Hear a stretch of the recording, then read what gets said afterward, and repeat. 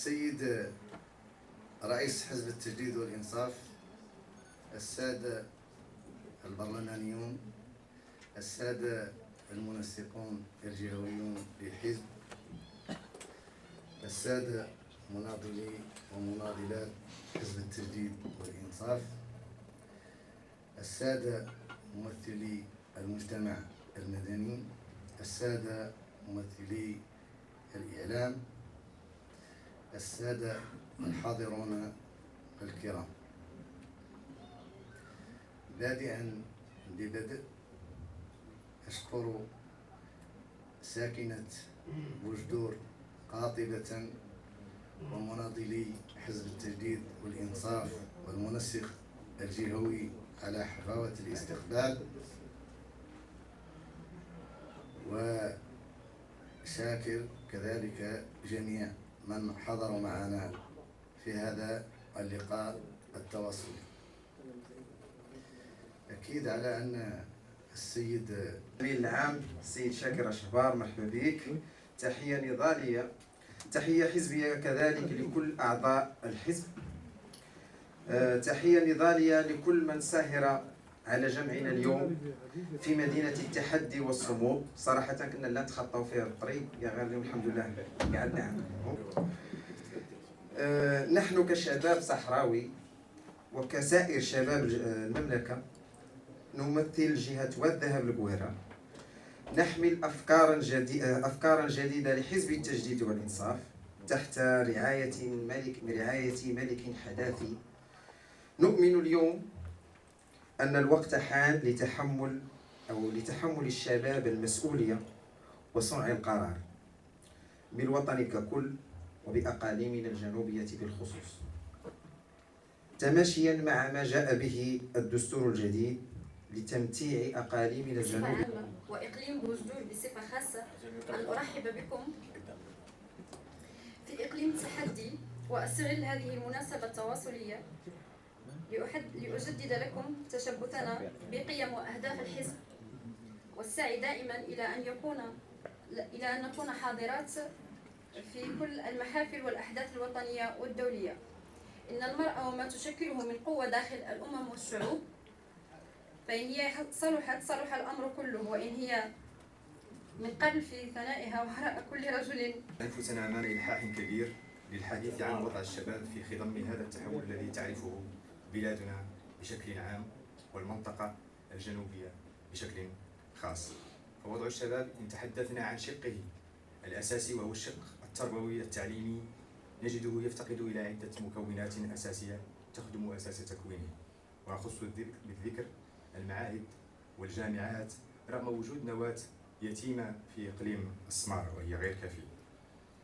وهنا أركز على الشق التعليمي. بسم الله الرحمن الرحيم، والصلاة والسلام على خاتم المرسلين. أخواتي إخواني مناضلين ومتعاطفين ومهتمين بحزب التجديد والإنصاف، مساء الخير وشكرا على هذا اللقاء التواصلي اللي عطيتوني فيه فرصة قبل كل شيء باش نصنت لكم، ثم يمكن باش نلقي بعض الكلمات، وبحال اللي قال الأخ اللي قدمني كلمات اللي يمكن تفتح الشهية ولا على الأقل ما تقفلش الشهية، ونخلو فرصة لكل ما عنده شي تساؤل أو شي تدخل. طبيعة الحال أنا كنحس بشيء من الخجل في هذا المقام هنايا، وأنا في يعني بلاد وعند أهل البلاغة والشعر، وأنا الحقيقة كلامي شوية ما غاديش يقدر يوصل لهذا الشيء اللي سمعته اليوم من بلاغة، ولكن على كل حال الواحد كيعبر بالكلام اللي هو كيعبر به دائما، وانا كنعبر دائما بالدارجه المغربيه، ونحاول نوصل بعض الافكار،